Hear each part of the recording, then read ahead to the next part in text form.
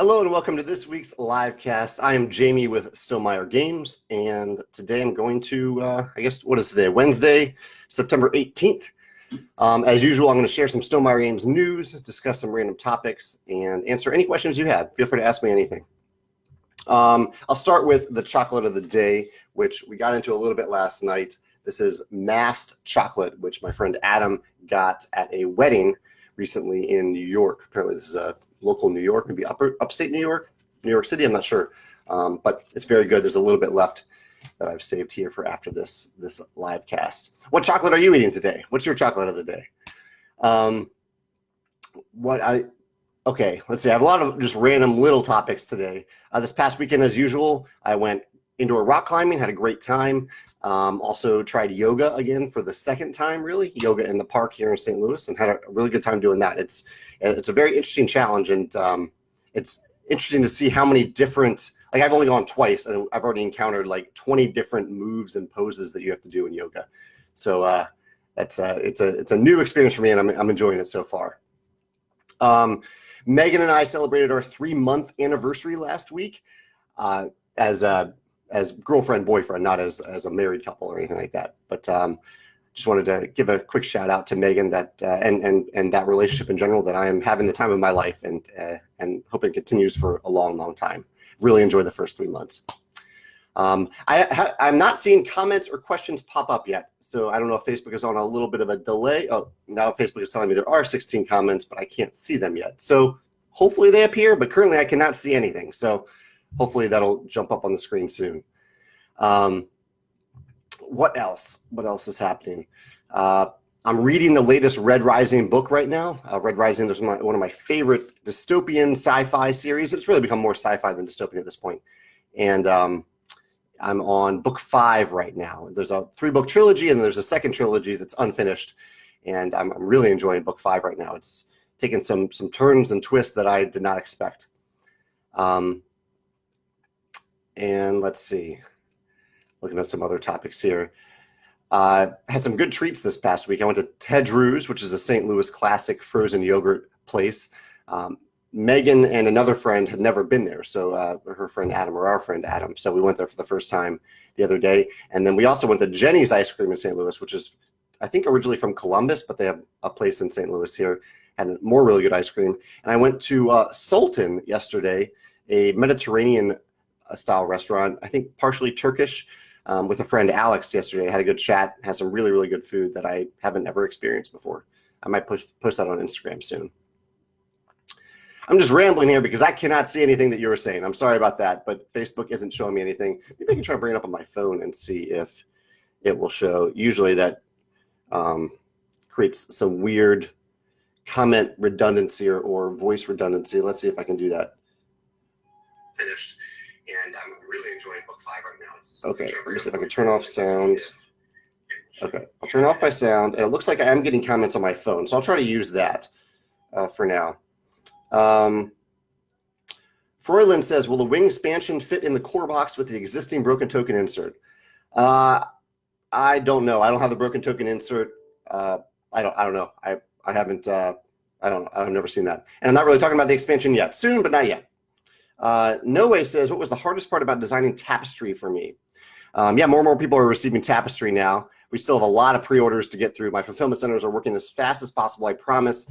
And for a few of them, I'll explain more about that in a second. Let me answer No Way's question. What was the hardest part about designing Tapestry for me? What was the hardest part? Figuring out the player interactions. That was pretty difficult because I wanted players to have the freedom to build their own civilization without really all that much interference from other players. And but playtesters kept asking for more interactions. I think some playtesters wanted direct conflict, which I didn't want in the game. I didn't want it to be a dudes on the map combat game. So I had to find other solutions for creating reasons to pay attention to other players and ways that other players could impact what you're doing without making you feel like you were completely impeded by other players. So that was the biggest challenge. And in the end, there's a design diary entry. I think the August 17th entry lists 9 different ways that there are player interactions in the game. So if you play with Tapestry with someone and they're like, there are no interactions in that game, point to that design diary because there are actually quite a few, especially even in comparison to my other games. Let me get to that other topic real quick, because there was a little bit of confusion. I sent out an update the other day about Tapestry. I thought this was very intuitive, but I probably should have over-explained it. But because of the way we do our pre-orders, I have to guess how many people are going to order our games in each region. So I have to guess how many Canadians are going to order Tapestry, and I send a certain number of Tapestry to Canada from China about a month before the pre-order even begins. So it's a total guess. And then Canada gets that number of orders, say they get 300 copies of Tapestry. And then we do the pre-order, and I get the real number of Canadian orders. And sometimes that's higher. Sometimes it's lower, but sometimes it's higher than that number. And in the case of Tapestry, for all the fulfillment centers, that the number that like Canada had was less than the number that they needed to have.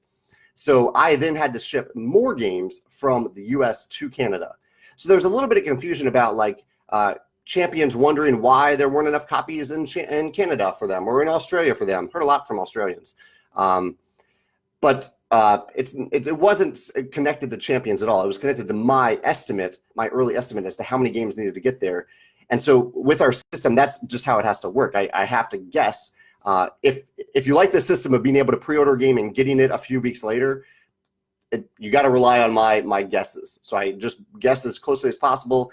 And we're, of course, shipping all the champion orders before the non-champion orders. So like if Canada's getting their restock now, there are some more champion orders in it. Canada will get their restock, ship the remaining Canadian champion orders, and then they'll move on to the non-champion orders.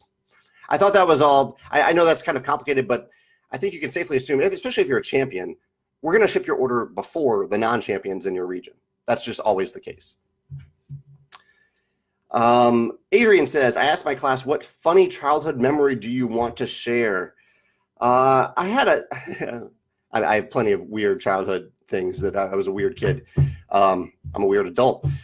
But I remember learning in, I think it was like 2nd or 3rd grade, we learned that, that we had a sex ed class for some reason at that age, even though I had absolutely no idea what the teacher was talking about. And they talked in very vague terms. But the teacher told the class that you could get STDs from physical contact with someone of the opposite sex. And so I took that to heart. And at recess, I think that day or soon afterward, you know how kids are. We were playing tag, girls and boys playing tag. And a girl tagged me. And I think she tagged me like under the shirt somehow, like pulled up my shirt and tagged me on the chest or something like that. And I reported that to the teacher because I thought I was going to get an STD from it.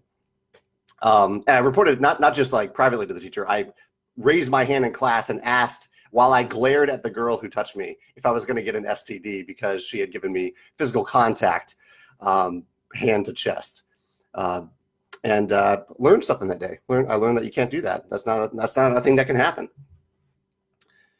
Let's see. David says, how is Biddy? Thanks for asking about Biddy.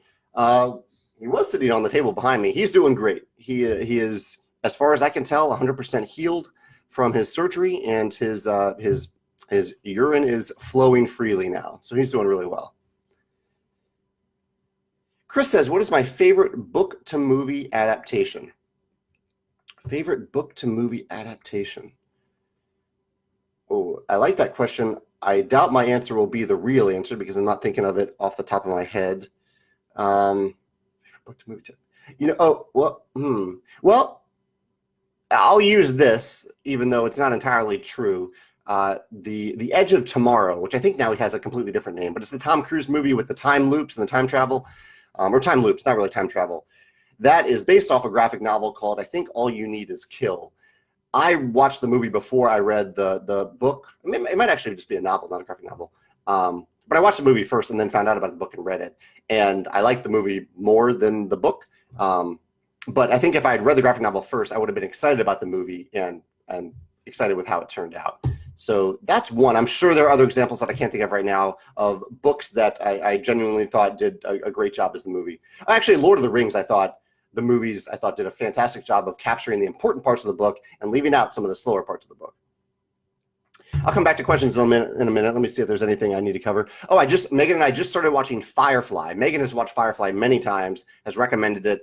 I am really excited about it. We've watched the first episode, and it's obviously awesome. If you already know that, I'm sure you know that if you've watched Firefly. I'm behind the times there. But it's a TV show, if you don't know, that ran for like maybe 13 episodes, very short.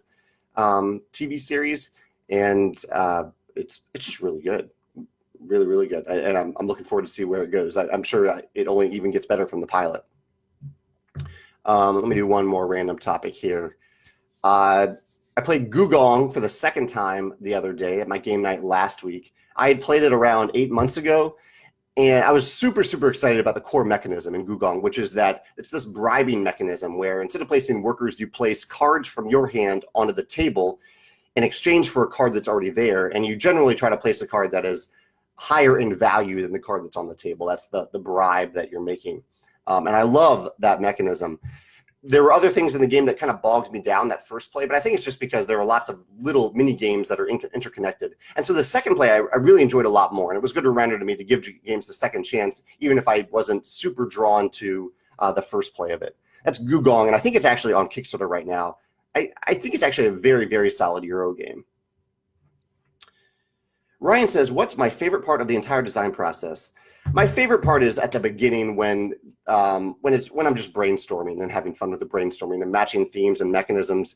That's when I'm so excited about the potential of the game, and I haven't had to get into the weeds of designing every card in the game and all the and building the prototype and all that. I do enjoy those other steps and playtesting, but that beginning part is what I enjoy the most. Let's see.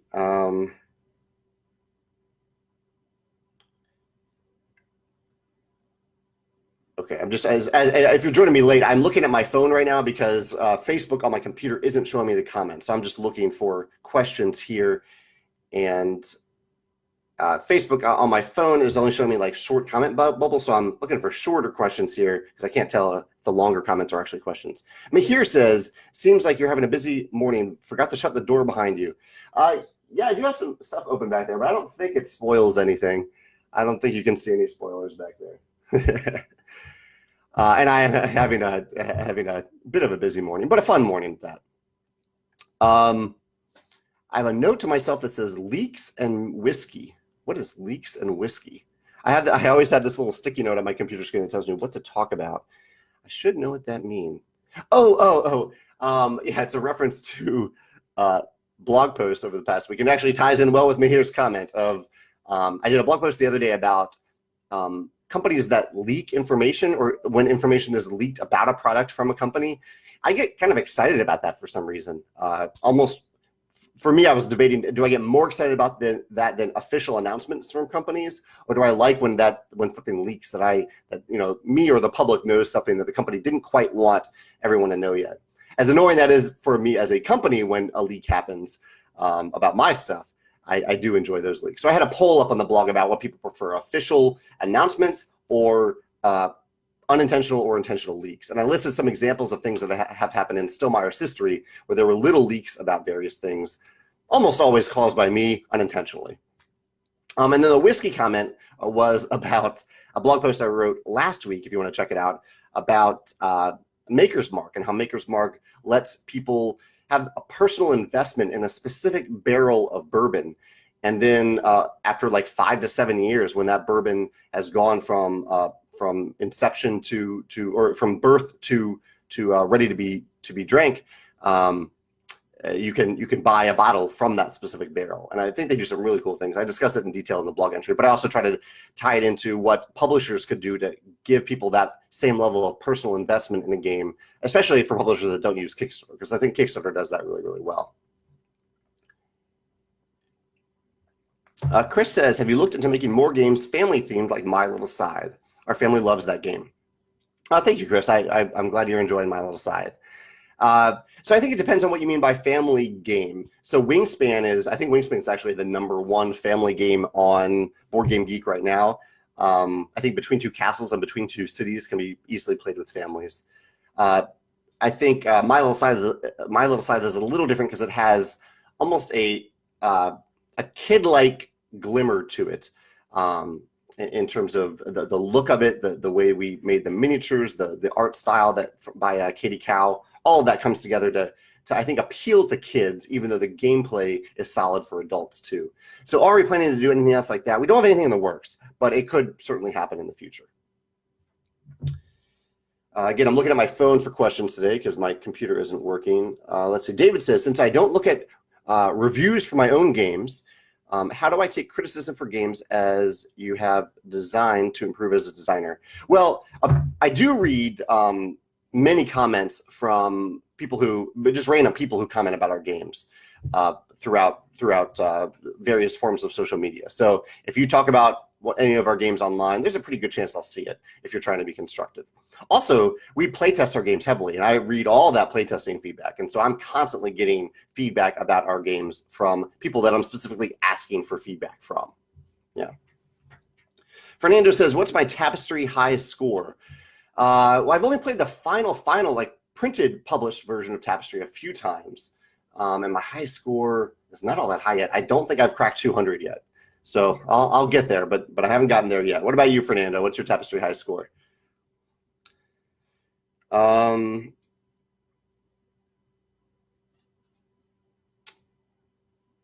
Okay, Joe says Elizabeth Hargrave talked about a pending Wingspan expansion in the fall. Yeah, I've said there will be a Wingspan expansion in 2019, not specifically in the fall. Will there be a pre-order option? Yes, you can always order stuff directly from Stonemaier Games. Definitely, yeah.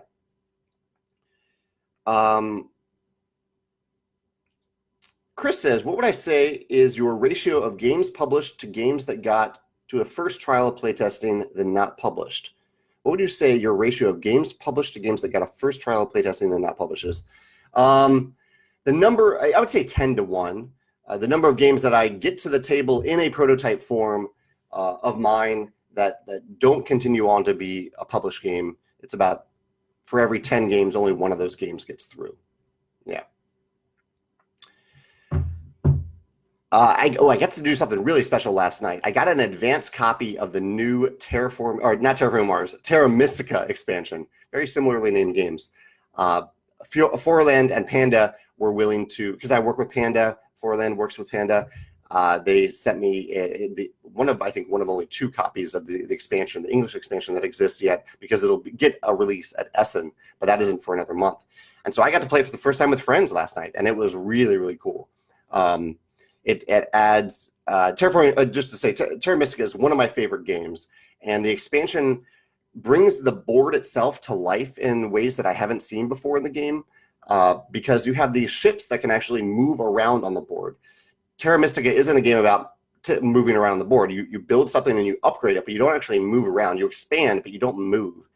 But this is different. Now you do actually have these ships that you move around, and you can trade with other players.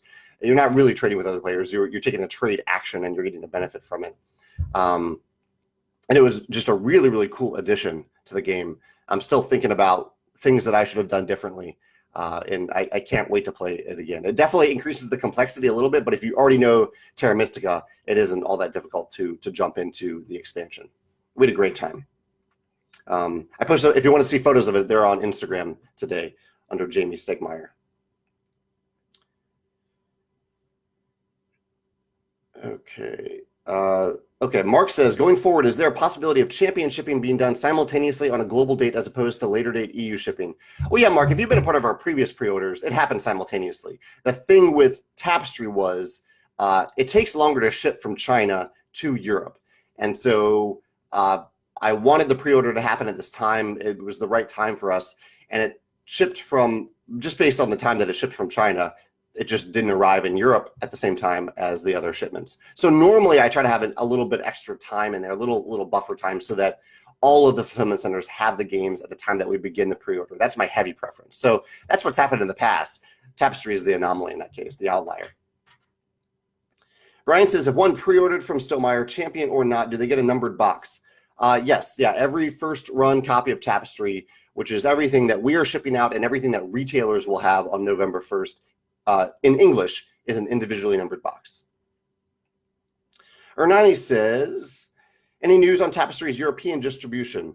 Well, I think you're talking about European fulfillment. Distribution is distributors sell to retailers is a whole other system.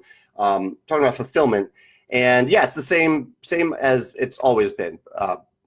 Same update as usual, as the original shipping chart. They will start shipping games maybe a little bit early this week, but most likely they will ship next week per the shipping chart that I put on the original web store. our website and the update I sent last week. Troy says, when will Wingspan news drop? Soon. I think I'll start talking about it next week a little bit. Not what's actually in the expansion, but I'll tell you when I'm going to start talking about the expansion. Let's see. Again, if you're joining us late, I'm looking at my phone because Facebook comments aren't showing up on my computer screen. Let me jump back to my topics over here. I played World Without End the other day. This is the sequel to Pillars of the Earth, I believe. Played that at game night last Thursday, and it was really interesting. It has a really, really cool mechanism in it that balances some punishing aspects of the game with a very, very rewarding element that I'll talk about, I think, in my game design video this Friday. My Sunday sit-down video this past week was pretty cool. I haven't ever done this before because I usually don't talk about Stonemaier games in my Sunday sit-down videos. But this week, I focused almost solely on Stonemaier games. I featured my favorite mechanism or mechanisms in all 9 of our games. And I talked about how I'd love to see that mechanism iterated and innovated by other designers. And I also gave some examples of other games that do those things. So if you like the mechanism in Scythe where you have the top action and the bottom action, you might like Villainous because Villainous uses a very similar mechanism. Yeah, so that was a really cool video to do. I had a lot of fun with it. Hopefully you enjoyed it if you checked out my Sunday sit-down video this past week. David says, have I thought about allowing a movie based on some of the Stonemaier games with a backstory? Games like Scythe or Euphoria. Well, Scythe, I only have the tabletop game rights. So as much as I'd love to see a Scythe TV show or movie from Jakob, if it ever happens, that's not something that I have the rights to do, to make. But our other IPs, Euphoria among them, I think Euphoria is probably the strongest world, like specific world among our other games. I'm working on another game that has the strongest world of any of our games. I would love to see other content come out for those worlds in the future. I think that would be awesome. Yeah. Joel says, what are my thoughts on Amazon? Do they help or harm publishers? So with Amazon, that's an interesting question. We sell to a distributor that sells to Amazon. So I think there's often confusion about whether or not publishers actually sell to or on Amazon. It's very rare that publishers do that. Usually publishers are selling to distributors, and just a distributor or one or more distributors are selling to Amazon, or they're selling to distributors that sell to retailers, and those retailers are selling on Amazon. It's tough to say. My stance is that I want people to be able to buy games in the way that they want to buy them. So if you want to buy games from your local game store, awesome. I want to make sure your local game store has our games. If you want to buy them directly from the publisher, from us, or from Amazon, or for an online game company or online game store, I want to have our games in all of those places because I think that's the consumer-facing way to give consumers a variety of options so they can choose the option that's best for them. So in that way, just like all those other options, I think I think Amazon is perfectly fine. There's actually a Biddy right there. Some of you were asking about Biddy. Biddy, you want to say hi? Where is he? Over here. Hey, Biddy. Biddy's stopping in. Design Day. Jeremy says, I'm excited for Design Day. Yeah, this weekend is the annual Stonemaier Games Design Day, which is a little mini convention that I run, that we run, where designers from around St. Louis and around the country come into St. Louis, come to Pieces Game Cafe, and they play test their games. This is not an open invitation. As I'm saying this, I don't want to confuse you. It's ticketed. We already have all the people. It's completely full and sold out. It's been sold out for a long time now. But you can sign up to learn about it next year if you like. It's on our website. And so people are going to come in and play test their games. There are play testers. There are people who are bringing the prototypes. We'll also play published games. That's kind of the unique thing about Design Day, that we're not only learning from playtester feedback, but we're also learning from other published games that have clever mechanisms. So it's kind of ends up being a big, long game day. I'm really excited about that. And Pieces makes my life very, very easy in how good of hosts they are. The Dice Odyssey, this is Kaz, says, or Kaz, how is your New Zealand trip planning going? It's going really well. I'm having a great time thinking about what this adventure will look like. Megan and I are going to New Zealand, yeah, we're gonna do all the Lord of the Rings stuff and see some beautiful things. Hopefully, eat some good food and go on some unexpected adventures. So I'm really looking forward to it. Let me see what other topics I have. I did a video on Saturday about how to teach Tapestry. So if you have Tapestry coming in and you want to know, and you learn the rules, this is not how to play Tapestry, but if you learn the rules from the rule book or from Watch It Played, and then you want to know how to teach to other players, I have a short video about how I teach other players. It's a very quick and easy method so that players can just start playing the game instead of sitting through a long rules explanation. Not that it's that long for Tapestry anyway. But the main thing to remember that you don't want to do is don't go through every single action on all 4 tracks and explain what each benefit does before you start playing, because players really do not need to know that, and it will really bog down the explanation. But if you want to know more details about how I teach Tapestry, how I recommend it, feel free to check out that video on YouTube. I think I've now covered all of my topics, so I'll just focus on your questions from now on. Carol says, after signing up to be an ambassador, what happens next? Well, Carol, generally, I send a monthly e-newsletter to ambassadors, giving them little updates, maybe a question, sometimes a survey, sometimes a call to action, sometimes just information. And oddly enough, I came this month to do it. Usually I do it on the 15th of the month. And I didn't really have an update. I didn't have anything to share this month with ambassadors. So I don't want to bog down your inboxes, so I didn't send anything. So most likely you'll get an update from me in mid-October with information that you'll need to know. In the meantime, I do recommend and I appreciate ambassadors who kind of stay on top of other Stonemaier games and news, like our e-newsletter, the updates I send. It's always a little worrisome when I get a question from an ambassador that they already should know, because the role of ambassadors is kind of to relay the information that I'm providing to people whenever there's a question about it. That's a big part of the rules. Like if you see a question online about Stonemaier games, ambassadors should be the ones answering those questions, not necessarily asking those questions. Although ambassadors I know do have questions too, as long as that answer I haven't already made that answer in a very public way in the past. But I understand it's a lot of information, it's a lot of stuff to keep track of. It's just every once in a while I get a question from an ambassador. I'm like, are you really an ambassador here? Like, this is something that you should know. I've told you this multiple times.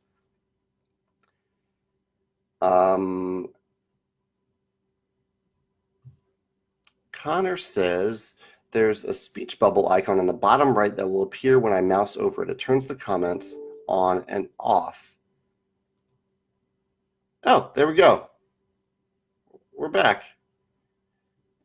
Okay, let's see if I can catch up with comments here. Thank you, Connor. Okay, here we go. All right, I'm back on screen now. I can turn off my phone, turn off that redundancy. Really burn through the battery there. Thank you, Connor. Samuel says, did I start my board game career with Kickstarter? I did, Samuel. Yeah, my first Kickstarter, first tabletop game Kickstarter was Viticulture in 2012, and my last one was Scythe in 2015. Casey says, is that door a leak or a leak? I don't think there's anything you can see through that door right now that is a spoiler. No spoilers in there. Asar says, what 3 tools help me run Stonemaier games efficiently? I actually have a long list of tools that do that. The main ones, actually the ones that I keep open on my screen right now, are Trello, Trello, something called Backpack that is no longer available. It's a list making thing, kind of like Trello, but I like the way it looks better. And Hootsuite. Hootsuite is how I manage my Twitter streams. Also Shopify and Google Docs and Discord. These are all things that I have open right now, and Box and Dropbox and WordPress, all those things. WordPress I would not say is a management tool though. That's just a blogging tool.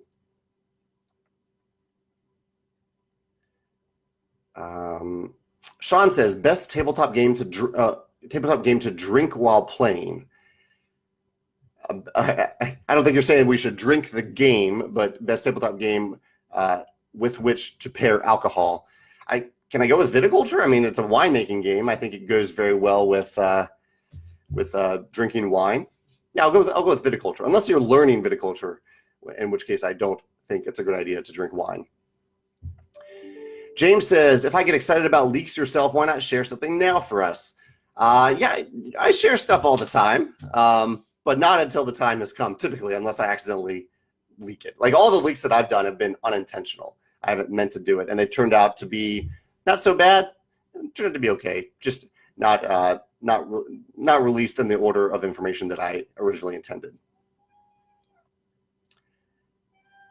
Sam says, why do I think Between Two Castles didn't do as well as I thought it would? It's one of my favorite games ever.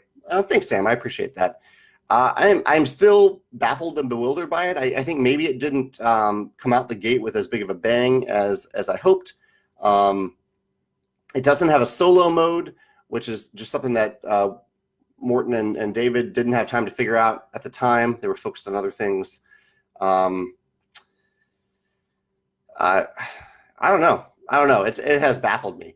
There were some complaints about the size of the icons on it, which I kind of understand, but it's also a game that once you know the icons, you don't really need to look at the icons. But I understand that's a barrier to entry. So there's that. I don't know. It has baffled me. I love that game.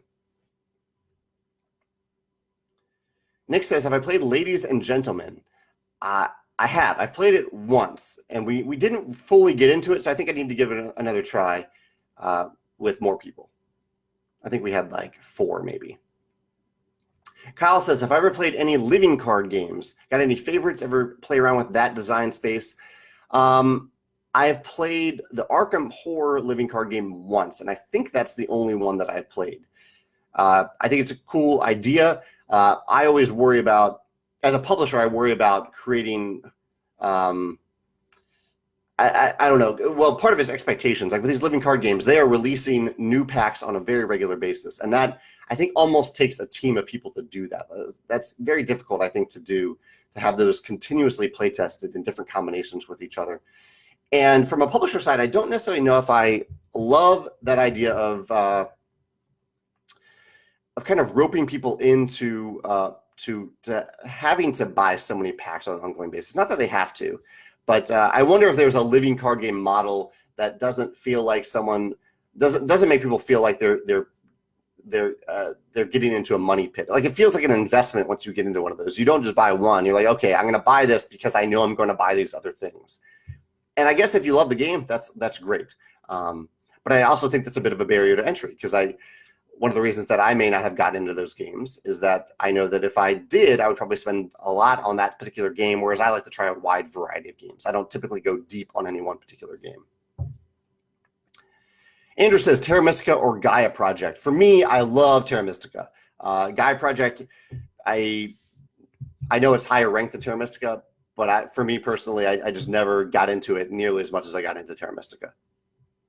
So I don't know if I said the words all that correctly, but Terra Mystica for me is the game that I prefer over Gaia Project. Samuel says, how did I get into the gaming industry? I kind of just chose to be in it. And I got lucky with my first Kickstarter, and I worked hard for it, but I think there was a lot of luck involved. Yeah, it was. I designed a game. I designed viticulture and put it on Kickstarter in 2012. Rob says, he said, you said that I've been designing games since I was a kid. What's the first game you remember designing to completion and had others play? What inspired it? Yeah, so this is the pattern for me as a kid is that I'd play a board game, I'd be inspired by it, I'd design my version of it, I'd usually play it once or twice, and then I would discard it. So I really didn't go through the whole design process. I just went through the prototyping process and 1 or 2 playtests. The first one I designed was a game called Medieval Quest, which was kind of Monopoly with an inner track as well as an outer track. That was the first one. And that one, I think there was also Medieval Quest 2, like a revised version that I made after that. Yeah, that was the first one. Brennan says, when printing an expansion, do I take into account the total number of copies in circulation of the core game? Yes, absolutely. Is there market research to suggest that a certain percentage of game owners will buy an expansion? If so, what is the percentage that I shoot for in terms of copies in circulation? Well, I think it really depends on the game. With Scythe, it's turned out to be about 40% of people tend to get the expansion. And I use that same number for Wingspan because Wingspan has been on the same level of popularity as Scythe, if not even more popular. But for other games, I often go with like maybe a 20 or 25%. We go in a little bit low. You can always make more copies. If you have extra copies that you can't sell, I think that's still worse. So I try to hit that sweet spot of getting the right number of copies, but it's always a guessing game. Vito says that at least one person has said that it is frustrating to at least one person, I haven't heard this, by forcing them to advance on the exploration track. Hadn't had this problem myself, but just wondering. Forcing them, I don't know if there's anything again that forces you to do anything. I guess there is the idea that if you want to expand your empire, that exploration and military are inherently tied together. But I think that's thematically, that makes sense thematically. And it isn't actually not even necessarily true in terms of, like, if you choose not to explore, but someone else explores close to you, you can then expand out by conquering them without exploring at all. So, yeah, I think, like, if you want to go military, you need to explore a little bit. You can't just attack blindly, or I guess you could, but thematically in the game doesn't allow you to do that. But you really only need to explore 1 or 2 hexes to be able to then conquer them. So you don't have to go very far in the exploration track at all to go military, which I think is what you're referring to. Tobias says, will I address all the 400 and 500 plus scores of Tapestry at some point? Do I think these scores are definitely impossible and result in a plain error, or might there be a small chance for a bug loophole in the game? With the number of moving factors and combinations in Tapestry, there's certain to be loopholes. Yeah, I certainly imagine that's a possibility. Hopefully we caught most of them, though. I haven't heard of many. I haven't heard of a 500 plus score. That's pretty cool. But 400 plus scores, unlikely, but they can happen. And yeah, that's why I have people report their final scores and final civilizations, winning civilizations, so that I can use that data to decide if we need to make any changes or to nerf any of those factions. Let me see what the results are so far. So far, we've had 653 people respond. I'm going to wait till we get to around 1,000, maybe 2,000 to really start looking at that data. There are a few patterns emerging. Everything looks pretty balanced. There's one faction that looks a little stronger than others, and it's not the one that you'd expect. And then there's some that look a little weaker than others. So I'm going to look at those too. It's hard to tell. Yeah, I just need more data at this point.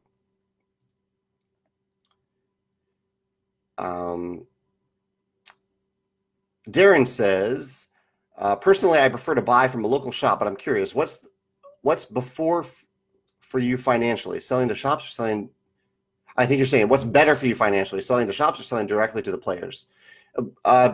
Well, I don't sell at shops. I sell to distributors, and they sell to shops. So when I sell to a distributor, they get a 60% discount off MSRP because they need to have a margin, a profit that they earn, and they also need to sell to stores at a low enough price that the stores can then make a profit. 60% discount. When I sell directly to people on an ongoing basis, we are expected to sell at full MSRP. Stores expect us to do that. I don't know if I'll always do that because I don't get a lot of credit for doing that, but that's what stores expect us to do.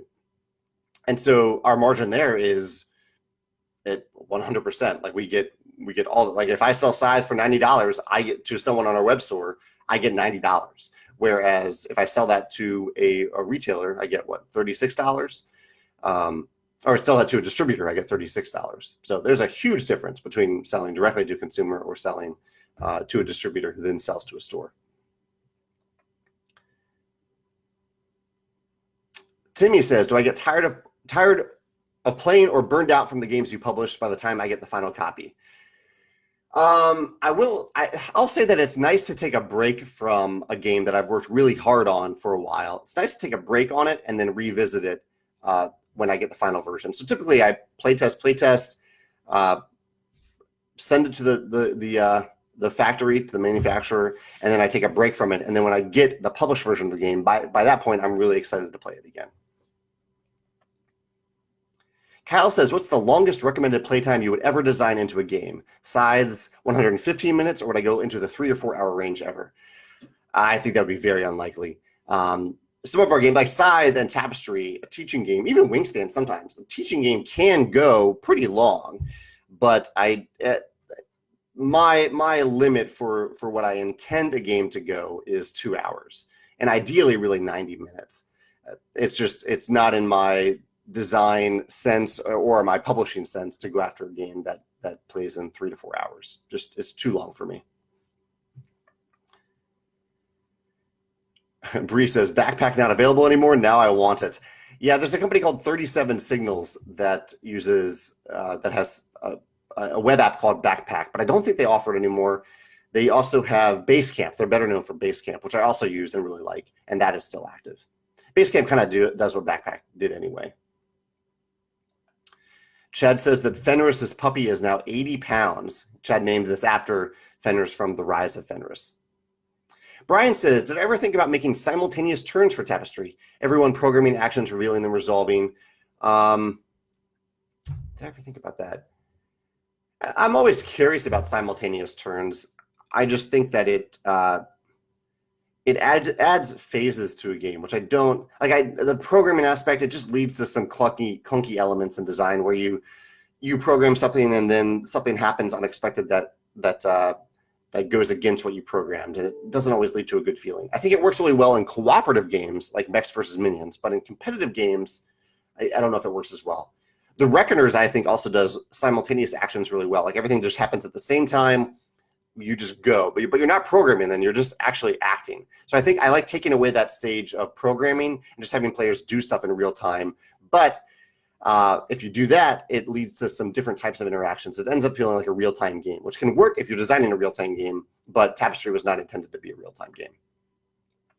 Helen says, I know you're a fan of Magic the Gathering. Indeed, I am. How do I feel about the upcoming set theme and cards and the adventure mechanism? I'm glad you said that because I want to look at today's previews and see what they're previewing today.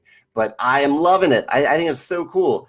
I love how Magic tells a story in their games through their cards.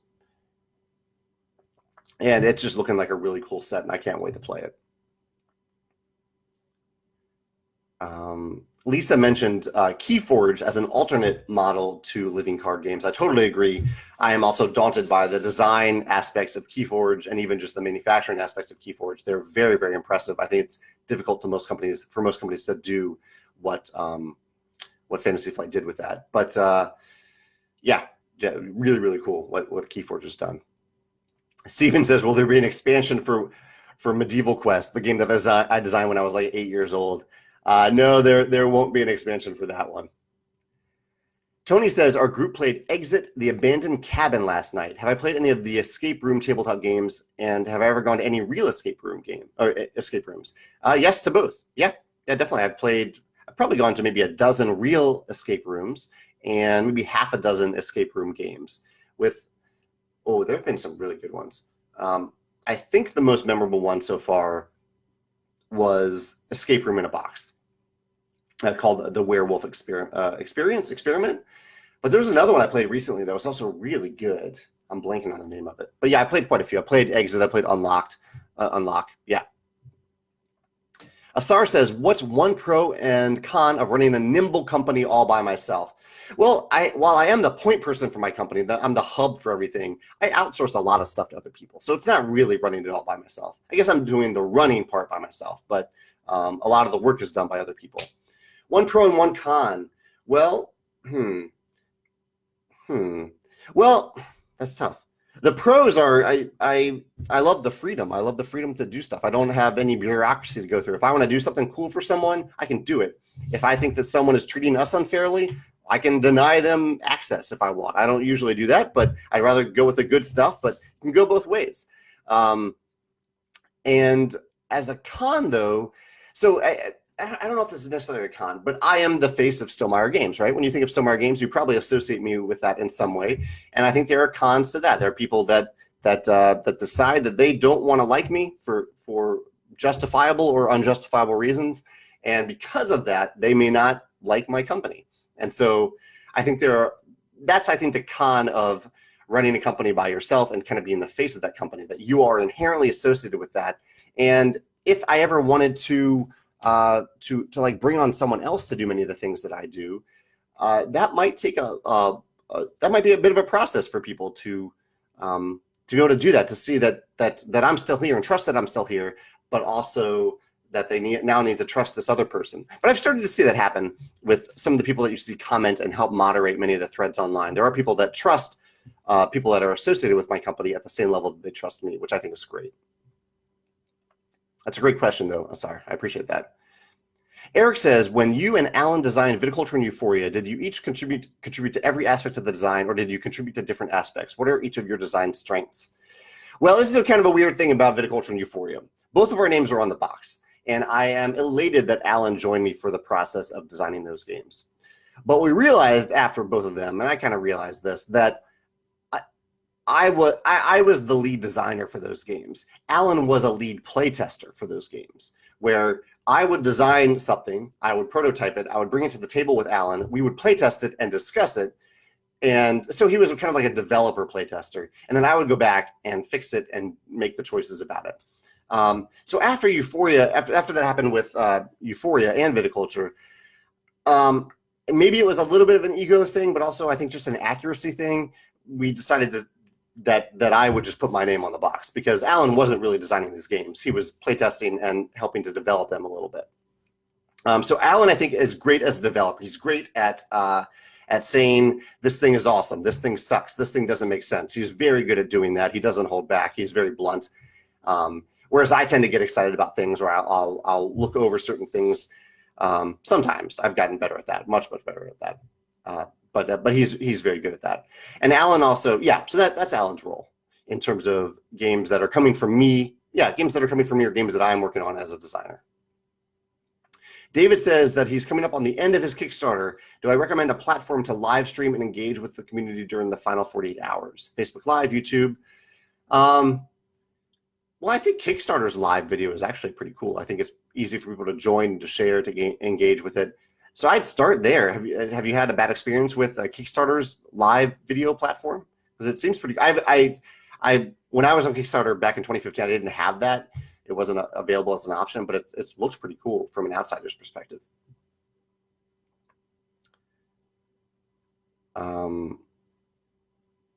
Vito says there's a Tapestry card that will force the other players to advance on the exploration track, but will only let you gain the benefit, thus possibly taking away someone's opportunity to advance on the track to gain the benefit.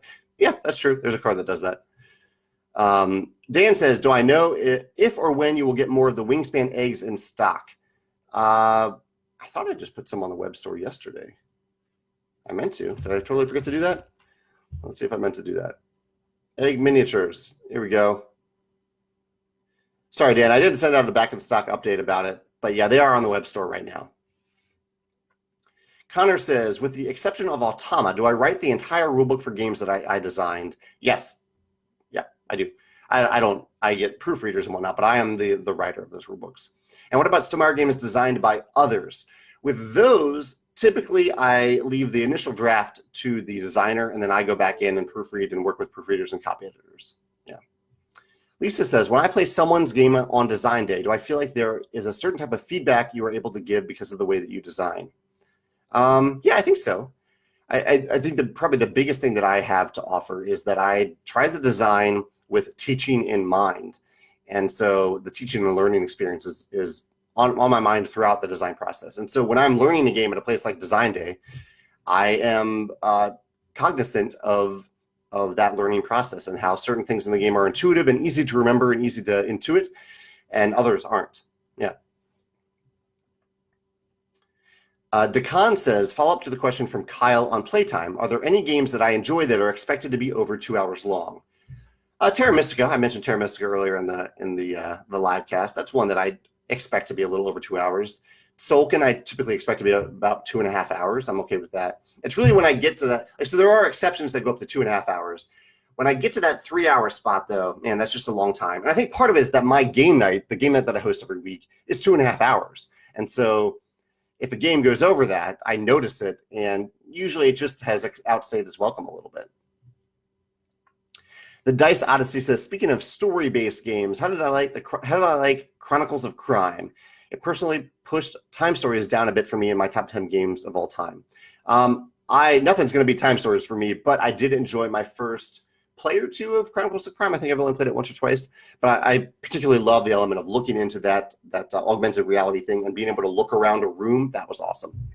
I have not had a chance to check out Isofarian Guard, although I have watched reviews and thoughts about it. I actually watched the Dice Odyssey has a great video on YouTube from Gen Con where they show off what the Isofarian Guard is. So feel free to check out that video.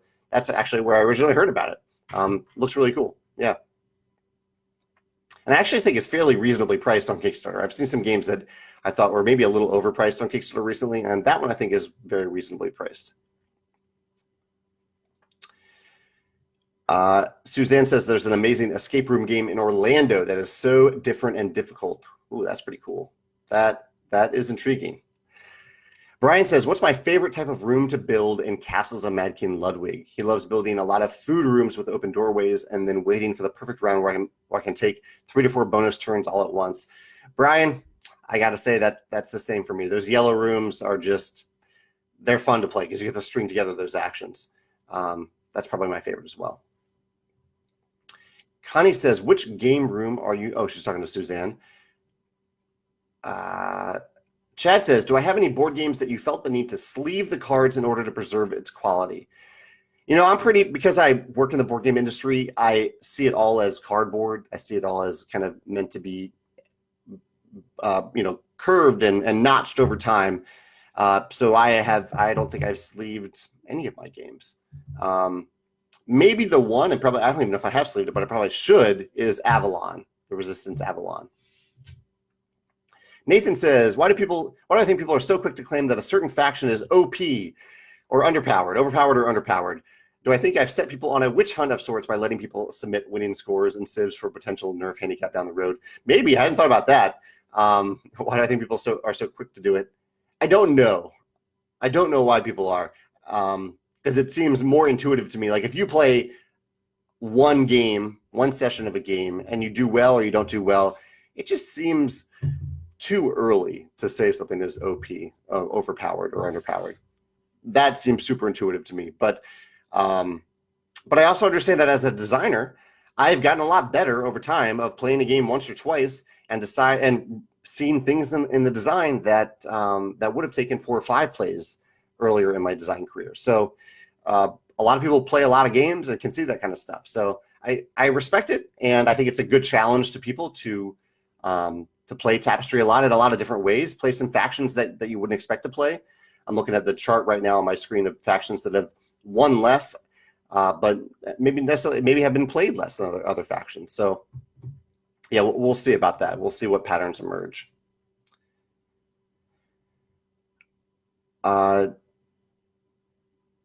Oh, Connor says that Kickstarter got rid of the Kickstarter Live option. I didn't know about that. Okay. Well, given that, I really like Facebook Live. For some reason, I've never gotten YouTube Live to work well. It's something about, like, it's a combination of it's something about, like, I cannot see myself in real time on Google Hangouts or YouTube Live. I don't know why. It's like my face is on a delay, and that's very distracting. Whereas right now, I'm seeing myself talk in real time, which works. So I like Facebook Live more. And I found a way to export it to YouTube, which I need to remind myself to do right after I get off this. Facebook Live. There we go. Yeah, there's a way that you can take a Facebook Live video and then put it on YouTube afterwards, but it won't be live. Pete says, were there any thoughts on providing a reference for the Tapestry cards, the space tiles, and the technology cards? Not really, no. The Tapestry cards I wanted to be self-sufficient. I obviously, if there are questions, that means I didn't do my job of wording them, but I did not want players to have to, like, look at a card and then look at a separate reference. Like, everything should be right there on the card. For the space tiles or the technology cards, there's a reference for it. It's on the back of the reference guide. As for the space tiles, those icons are found elsewhere, so I didn't really think to put them on a reference guide either. Chris says, my gaming group has done the blank, marry, kill of our game collections. Am I able to do that with my published games? If I don't feel comfortable with those, how about my personal game collection? Well, I'm going to keep a copy of all my published games, of course. With games on my shelf, my method is that if I haven't played a game in a year, I give it to a friend or I give it away to someone who is excited to play it, because I only want games in my collection that I'm actively at least playing once a year. Chad says, have I ever considered making a video on what I feel is important in making a good rule book?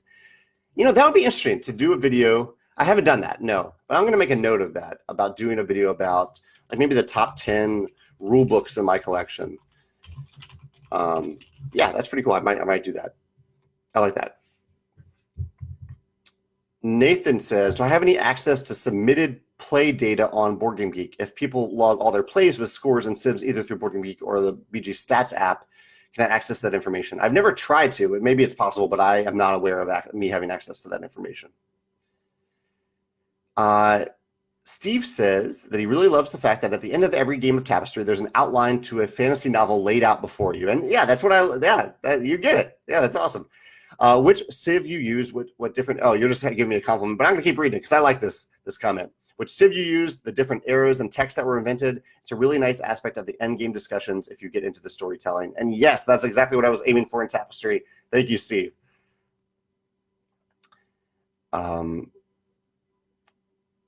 Let's see. Dusty says, if I had to roll a D&D character today, what class would I be? I have to admit, I never played Dungeons & Dragons, but I have played Role Player, which I think has its heart in some of the Dungeons & Dragons elements. What class? I actually don't know what class I would be. I like the sneaky ones. I like the rogues. So maybe a rogue. Connor says, with the exception of Automa, did you write the entire rulebook for games you designed? Yeah, sorry, I answered that a minute ago. For all the games that I designed, I do write the entire rulebook, and then I have it proofread by others. For games designed by other designers that we publish, they write the rulebook, and I then revise it, and I'm very actively part of the proofreading process. Dekan says, with Tapestry's very small rulebook, have I considered doing a version of this game or in the future with 4+ languages in the same box? No, I don't think we would do that because if all other elements of the game were language dependent, maybe. But although I don't think our localization partners would be happy about that. But that isn't the case in Tapestry. They're a Tapestry card. They're text on the board, so it's not just the rule book. Dekan says, would I do a video about the bottom 5 rule books too? And no, I try to focus on positive stuff in my videos. Stuff I like, I love, that I appreciate, not the stuff that I hate or dislike. Yeah. Yeah. It looks like I've reached the end of the questions, and I appreciate you joining me. It's around 11 o'clock, so I get to go eat my chocolate of the day now. But I hope you all have a great day. Thank you so much for your questions and your comments, and enjoy your chocolate of the day as well. Take care.